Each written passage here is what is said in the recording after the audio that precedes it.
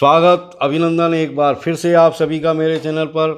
तो साथियों, मैं राजेश शर्मा आपका दोस्त हाजिर हूँ आज एक बार फिर से बाबू देवकीनंदन खत्री द्वारा रचित रहस्य और रोमांच से भरपूर एक जादुई कहानी चंद्रकांता संतति का 13वां बयान लेकर के। तो साथियों, बने रहे मेरे साथ कहानी का पूरा आनंद लेने के लिए और देखें वीडियो को शुरू से अंत तक। तो आइए शुरू करते हैं बयान नंबर 13। दूसरे दिन खा पी कर निश्चिंत होने के बाद दोपहर को जब दोनों एकांत में बैठे तो इंद्रजीत सिंह ने माधवी से कहा, अब मुझसे सब्र नहीं हो सकता। आज तुम्हारा ठीक ठीक हाल सुने बिना कभी नहीं मानूंगा और इससे बढ़कर निश्चिंती का समय भी दूसरा नहीं मिलेगा। माधवी, जी हाँ, आज मैं ज़रूर अपना हाल कहूँगी। इंद्रजीत सिंह, तो बस कह डालो, अब देर काहे की है। पहले ये बताओ कि तुम्हारे माँ बाप कहाँ हैं और ये सरजमीन किस इलाके में है जिसके अंदर मैं बेहोश करके लाया गया। माधवी, यह इलाका गयाजी का है। यहाँ के राजा की मैं लड़की हूँ। इस समय मैं खुद मालिक हूँ क्योंकि मेरे माँ बाप को मरे 5 वर्ष हो गए हैं। इंद्रजीत सिंह, ओफो, तो मैं गयाजी के इलाके में आ पहुँचा कुछ सोचकर। तो तुम मेरे लिए चुनार गई थी? माधवी, जी हाँ, मैं चुनार गई थी और यह अंगूठी जो आपके हाथ में है सौदागर की मार्फत मैंने ही आपके पास भेजी थी। इंद्रजीत सिंह, हाँ ठीक है, तो मालूम पड़ता है किशोरी भी तुम्हारा ही नाम है। किशोरी के नाम ने माधवी को चौंका दिया और घबराहट में डाल दिया। मालूम हुआ जैसे उसकी छाती में किसी ने बड़े जोर से मुक्का मारा हो। फौरन उसका ख्याल उस सुरंग पर गया जिसके अंदर से गीले कपड़े पहने हुए इंद्रजीत सिंह निकले थे। वह सोचने लगी, इनका उस सुरंग के अंदर जाना बेसबब नहीं था। या तो कोई मेरा दुश्मन आ पहुंचा या फिर मेरी सखियों में से किसी ने भंडा फोड़ा है। इसी वक्त से इंद्रजीत सिंह का खौफ भी उसके कलेजे में बैठ गया और वह इतनी घबराई कि किसी तरह अपने को संभाल न सकी।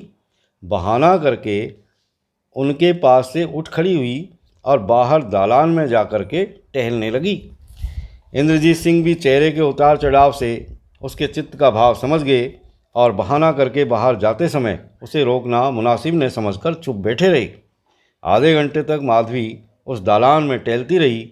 जब उसका जी कुछ ठिकाने हुआ तब उसने टहलना बंद किया और एक दूसरे कमरे में चली गई जिसमें उसकी 2 सखियों का डेरा था जिन्हें वह जान से ज़्यादा मानती थी और जिनका बहुत कुछ भरोसा भी करती थी। ये दोनों सखियां भी, जिनका नाम ललिता और तिलोत्तमा था, अब ये 2 कैरेक्टर और यहाँ पर आ गए, ललिता और तिलोत्तमा, उसे बहुत चाहती थी और अय्यारी विद्या को भी अच्छी तरह जानती थी। माधवी को कुसमय आता देख करके उसकी दोनों सखियां, जो इस वक्त पलंग पर लेटी हुई थी, कुछ बातें कर रही थी, घबरा करके उठ बैठी। तिलोत्तमा ने आगे बढ़कर पूछा, बहन क्या बात है जो इस वक्त यहाँ आई हो? तुम्हारे चेहरे पर तरद्दुद की निशानी पाई जाती है। माधवी, क्या कहूँ बहन, इस समय वह बात हुई जिसकी कभी उम्मीद न थी। ललिता, सो क्या, कुछ कहो तो। माधवी, चलो बैठो कहती हूँ, इसीलिए तो आई हूँ। बैठने के बाद कुछ देर तक तो माधवी चुप रही। इसके बाद इंद्रजीत सिंह से जो कुछ बातचीत हुई थी कह करके बोली, इसमें कोई शक नहीं कि किशोरी का कोई दूत यहाँ आ पहुँचा है और उसी ने ये सब भेद खोला है। मैं तो उसी समय खटकी जब उनको गीले कपड़े पहने सुरंग के मुंह पर देखा था। बड़ी ही मुश्किल हुई। मैं इनको यहाँ से बाहर अपने महल में भी नहीं ले जा सकती क्योंकि वह चांडाल सुनेगा तो पूरी दुर्गत कर डालेगा और मैं उस पर किसी तरह का दबाव भी नहीं डाल सकती क्योंकि राज्य का काम बिल्कुल उसी के हाथ में है। जब चाहे चौपट कर डाले। जब राज्य ही नष्ट हुआ तो फिर यह सुख कहाँ। अभी तो इंद्रजीत सिंह का हाल उसे बिल्कुल नहीं मालूम है, मगर अब क्या होगा सो कह नहीं सकती। माधवी घंटे भर तक अपनी चालाक सखियों से राय मिलाती रही। आखिर जो कुछ कहना था उसे निश्चय कर वहाँ से उठी और उस कमरे में पहुँची जिसमें इंद्रजीत सिंह को छोड़ के आई थी। जब तक माधवी अपनी सखियों के साथ बैठी बातचीत करती रही तब तक हमारे इंद्रजीत सिंह भी अपने ध्यान में डूबे रहे। अब माधवी के साथ उन्हें कैसा बर्ताव करना चाहिए और किस चालाकी से अपना पल्ला छुड़ाना चाहिए, सो सब उन्होंने सोच लिया और उसी ढंग पर चलने लगे। जब माधवी इंद्रजीत सिंह के पास आई तो उन्होंने पूछा, क्यों एकदम घबराकर कहाँ चली गई थी? माधवी, न मालूम क्यों जी मिचला गया था, इसलिए दौड़ी चली गई।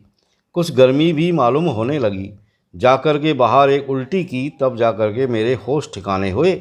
इंद्रजीत सिंह, अब तबीयत कैसी है? माधवी, अब तो अच्छी है। इसके बाद इंद्रजीत सिंह ने कुछ छेड़छाड़ नहीं की और हंसी खुशी में दिन बिता दिया, क्योंकि जो कुछ करना था वह तो दिल में था। जाहिर में तकरार करके माधवी के दिल में शक पैदा करना मुनासिब न समझा। माधवी को तो मालूम ही था कि वे शाम को चिराग जले बाद इंद्रजीत सिंह से पूछकर 2 घंटे के लिए न मालूम किस राह से कहीं जाया करती थी। आज भी अपने वक्त पर उसने जाने का इरादा किया और इंद्रजीत सिंह से छुट्टी मांगी। इंद्रजीत सिंह, न मालूम क्यों तुमसे कुछ ऐसी मोहब्बत हो गई है कि एक पल को भी आंखों के सामने से दूर जाने देने को जी नहीं चाहता। मुझे उम्मीद है कि तुम मेरी बात मान लोगी और कहीं जाने का इरादा न करोगी। माधवी खुश होकर, शुक्र है कि आपको मेरा इतना ध्यान है। अगर ऐसी मर्जी है तो मैं बहुत जल्द लौट आऊँगी। इंद्रजीत सिंह, आज तो नहीं जाने देंगे। आहा, देखो कैसी घटा उठ रही है। वाह, इस समय भी तुम्हारे जी में कुछ रस पैदा नहीं होता? इस समय इंद्रजीत सिंह ने 2-1 बातें जिस ढंग से माधवी से की, इसके पहले नहीं की थी, इसलिए उसके जी की कली खिल जाती थी। मगर वह ऐसे फेर में पड़ी हुई थी कि जी ही जानता होगा।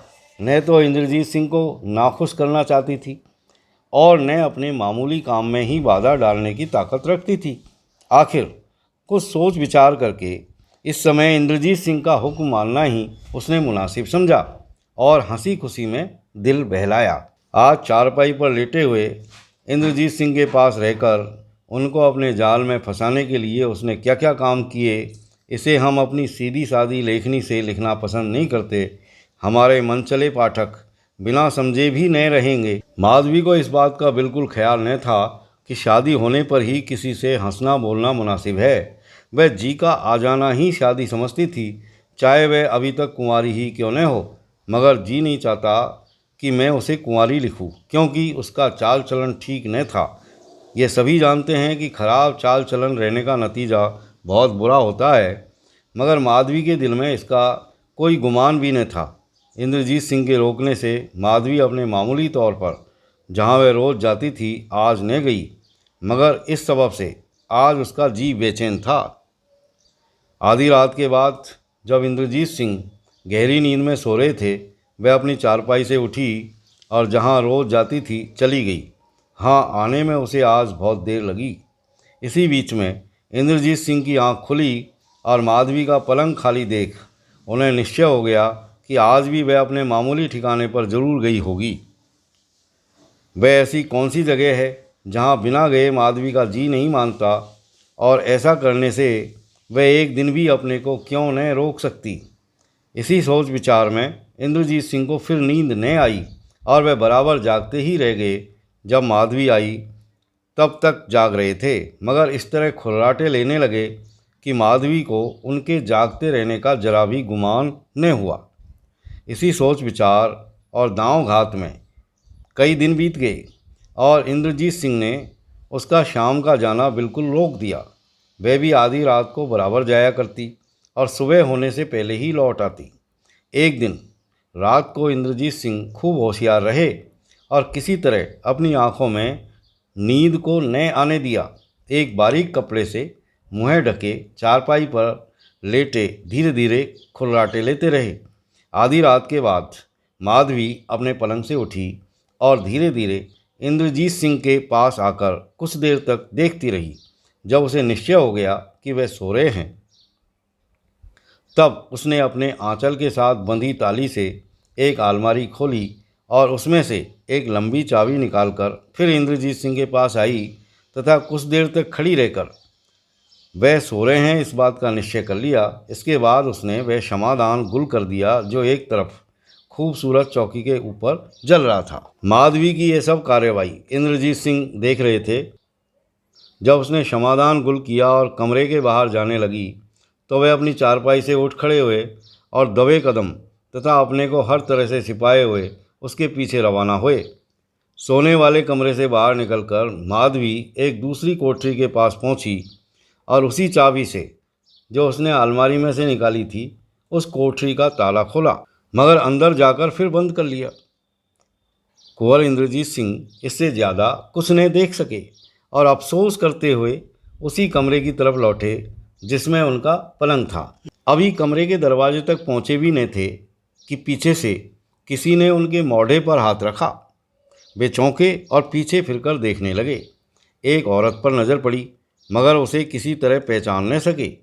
उस औरत ने हाथ के इशारे से उन्हें मैदान की तरफ चलने के लिए कहा और इंद्रजीत सिंह भी बेखटके उसके पीछे मैदान में दूर तक चले गए। वह औरत एक जगह खड़ी हो गई और बोली, क्या तुम मुझे पहचान सकते हो? इसके जवाब में इंद्रजीत सिंह ने कहा, नहीं, तुम्हारी सी काली औरत तो आज तक मैंने देखी ही नहीं। समय अच्छा था, आसमान पर बादल के टुकड़े इधर उधर घूम रहे थे। चंद्रमा निकला हुआ था जो कभी कभी बादलों में छिप जाता और थोड़ी देर में फिर साफ दिखाई देता था। वह औरत बहुत ही काली थी और उसके कपड़े भीगे थे। इंद्रजीत सिंह उसे पहचान न सके। तब उसने अपना बाजू खोला और एक जख्म का दाग उन्हें दिखाकर फिर पूछा, क्या अब भी तुम मुझे नहीं पहचान सकते? इंद्रजीत सिंह खुश होकर, क्या मैं तुम्हें चाची कहकर पुकार सकता हूँ? औरत, हाँ बेशक पुकार सकते हो। इंद्रजीत सिंह, अब मेरी जान बची। अब मैं समझा कि यहाँ से निकल भागूंगा।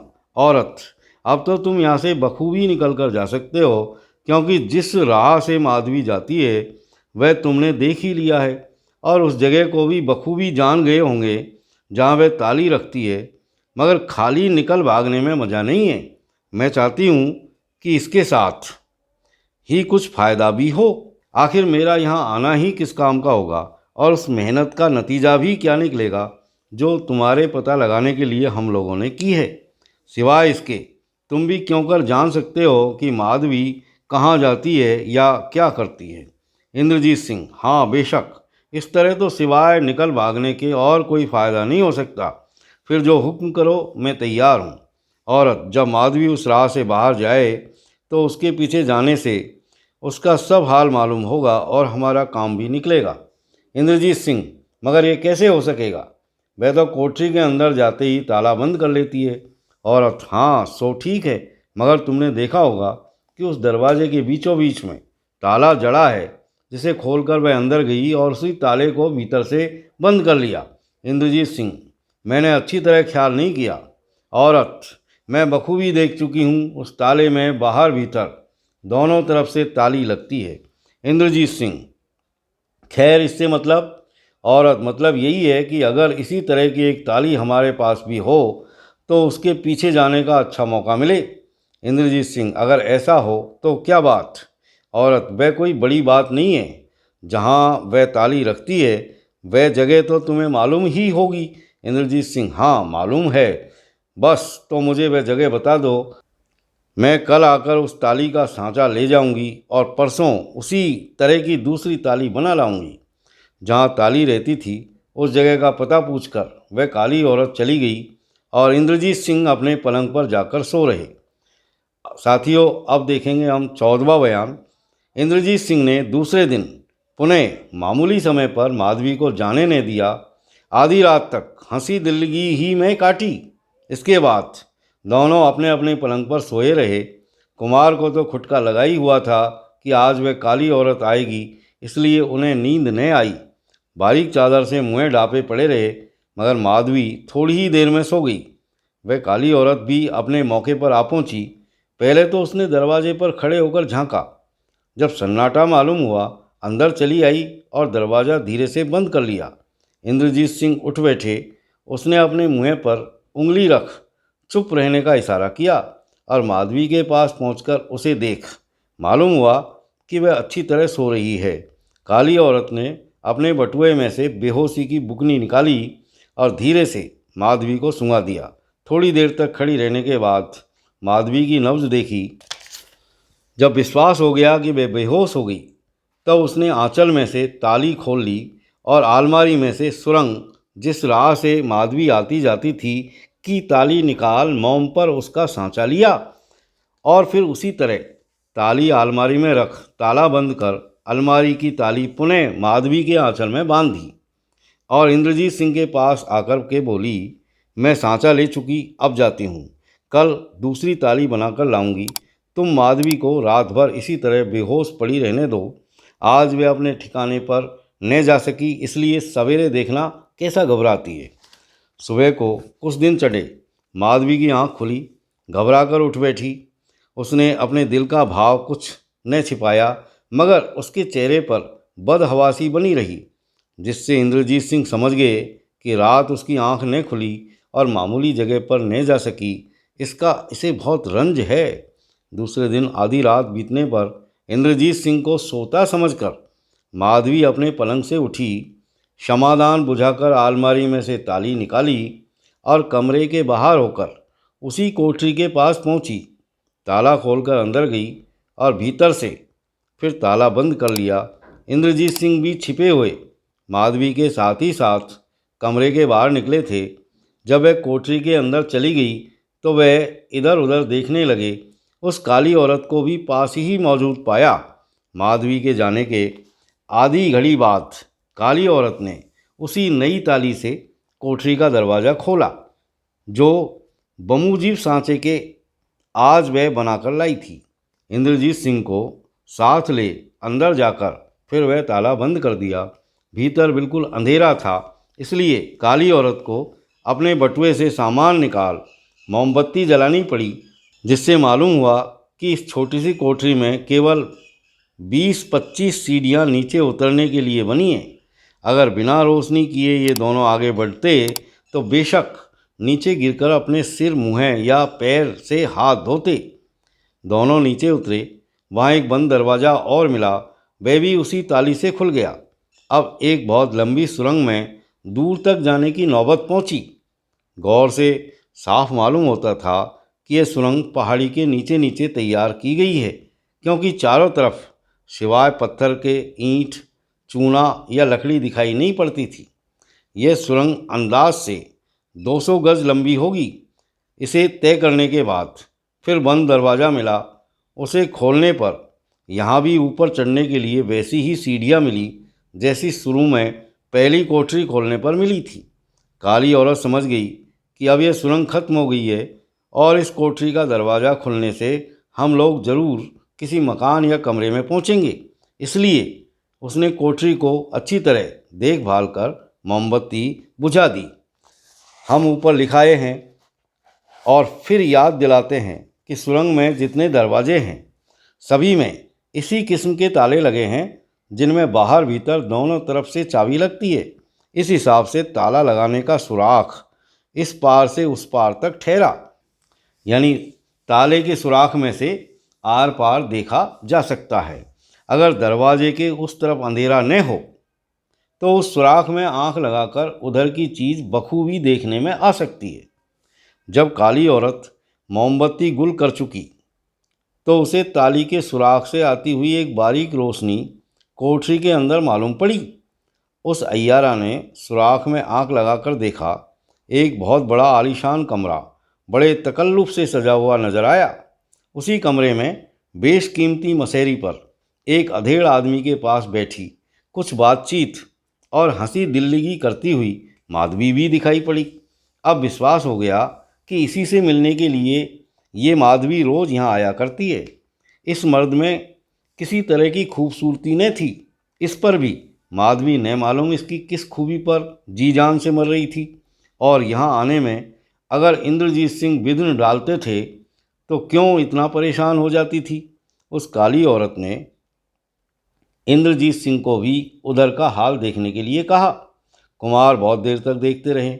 उन दोनों में क्या बातचीत हो रही थी सो तो मालूम नहीं हुआ, मगर उनके हाव भाव में मोहब्बत की निशानी पाई जाती थी। थोड़ी देर के बाद दोनों पलंग पर सो रहे। उसी समय कुंवर इंद्रजीत सिंह ने चाहा कि ताला खोलकर उस कमरे में पहुँचे और दोनों नालायकों को कुछ सज़ा दें, मगर काली औरत ने ऐसा करने से उन्हें रोका और कहा, खबरदार, ऐसा इरादा भी नहीं करना, नहीं तो हमारा बना बनाया खेल बिगड़ जाएगा और बड़े बड़े हौसलों के पहाड़ मिट्टी में मिल जाएंगे। बस इस समय सिवाय वापस चलने के और कुछ मुनासिब नहीं है। काली औरत ने जो कुछ कहा, लाचार इंद्रजीत सिंह को मानना पड़ा और वहाँ से लौटना ही पड़ा। उसी तरह ताला खोलते और बंद करते बराबर चले आए और उस कमरे के दरवाजे पर पहुँचे जिसमें इंद्रजीत सिंह सोया करते थे। कमरे के अंदर ने जाकर काली औरत इंद्रजीत सिंह को मैदान में ले गई और नहर के किनारे एक पत्थर की चट्टान पर बैठने के बाद दोनों में यूँ बातचीत होने लगी। इंद्रजीत सिंह, तुमने उस कमरे में जाने से व्यर्थ ही मुझे रोक दिया। औरत, ऐसा करने से क्या फ़ायदा होता? यह कोई गरीब कंगाल का घर नहीं है, बल्कि ऐसे ही अलमदारी है जिसके यहाँ हजारों बहादुर और एक से एक लड़ाके मौजूद हैं। क्या बिना गिरफ्तार हुए तुम निकल जाते? कभी नहीं। तुम्हारा यह सोचना भी ठीक नहीं है कि जिस राह से मैं आती जाती हूँ उसी राह से तुम भी इस सरजमीन के बाहर हो जाओगे, क्योंकि वह राह सिर्फ हम ही लोगों के आने जाने लायक है। तुम उससे किसी तरह नहीं जा सकते। फिर जानबूझकर अपने को आफत में फंसाना कौन सी बुद्धिमानी थी? इंद्रजीत सिंह, क्या जिस राह से तुम आती जाती हो उससे मैं नहीं जा सकता? औरत, कभी नहीं, इसका ख्याल भी नहीं करना। इंद्रजीत सिंह, सो क्यों? औरत, इसका सबब भी जल्दी ही मालूम हो जाएगा। इंद्रजीत सिंह, खैर, तो अब क्या करना चाहिए? औरत, अब तुम्हें सब्र करके 10-15 दिन और इसी जगह रहना मुनासिब है। इंद्रजीत सिंह, अब मैं किस तरह उस बदकारा के साथ रह सकूंगा? औरत, जिस तरह भी हो सके। इंद्रजीत सिंह, खैर, फिर इसके बाद क्या होगा? औरत, इसके बाद यह होगा कि तुम सहज ही में सिर्फ इस खोए के बाहर ही नहीं हो जाओगे, बल्कि एकदम से यहाँ का राज्य ही तुम्हारे कब्जे में आ जाएगा। इंद्रजीत सिंह, क्या वह कोई राजा था जिसके पास माधवी बैठी थी? औरत, नहीं, यह राज्य माधवी का है और वह उसका दीवान था। इंद्रजीत सिंह, माधवी तो अपने राज्य को कुछ भी नहीं देखती। औरत, अगर वह इस लायक होती तो दीवान की खुशामद क्यों करती? इंद्रजीत सिंह, इस हिसाब से तो दीवान ही को राजा कहना चाहिए। औरत, बेशक। इंद्रजीत सिंह, खैर, अब तुम क्या करोगी? औरत, इसके बताने की अभी कोई ज़रूरत नहीं है। 10-12 दिन बाद मैं तुमसे मिलूंगी और जो कुछ इतने दिनों में कर सकूंगी उसका हाल कहूंगी। बस अब मैं जाती हूँ। दिल को जिस तरह हो सके संभालो और माधवी पर किसी तरह यह मत जाहिर होने दो कि उसका भेद तुम पर खुल गया है या तुम्हें उससे कुछ रंज है। इसके बाद देखना कि कितना बड़ा राज कैसे सहज ही में तुम्हारे हाथ लग जाता है, जिसका मिलना हजारों सिर कटने पर भी मुश्किल है। इंद्रजीत सिंह, खैर, ये तमाशा भी ज़रूर देखने लायक होगा। औरत, अगर बन पड़ा तो इस वादे के बीच में 1-2 बार आकर तुम्हारी सुध ले जाऊंगी। इंद्रजीत सिंह, जहाँ तक हो सके ज़रूर आना। इसके बाद वह काली औरत चली गई और इंद्रजीत सिंह अपने कमरे में आकर सो रहे। पाठक समझते होंगे कि इस काली औरत या इंद्रजीत सिंह ने जो कुछ किया या कहा सुना किसी को मालूम नहीं हुआ, मगर नहीं, ये भेद उसी वक्त खुल गया और काली औरत के काम में बाधा डालने वाला भी कोई पैदा हो गया, बल्कि उसने उसी वक्त से छिपे छिपे अपनी कार्रवाई भी शुरू कर दी, जिसका हाल माधवी तक को मालूम नहीं हो सका। तो साथियों, इस कहानी में और आगे क्या क्या रहस्य और रोमांच से भरपूर घटनाएं होने वाली है, ये सब कुछ जानने के लिए आप बने रहें मेरे साथ और लगातार जुड़े रहें मेरे से। मेरे वीडियो देखते रहें जो लगातार सीरीज़ में आपके लिए मैं लेकर के आ रहा हूँ। तो इस वीडियो को मैं यहीं समाप्त करता हूँ और अगले वीडियो में फिर मिलेंगे। तब तक के लिए have a nice time. Thank you very much for watching.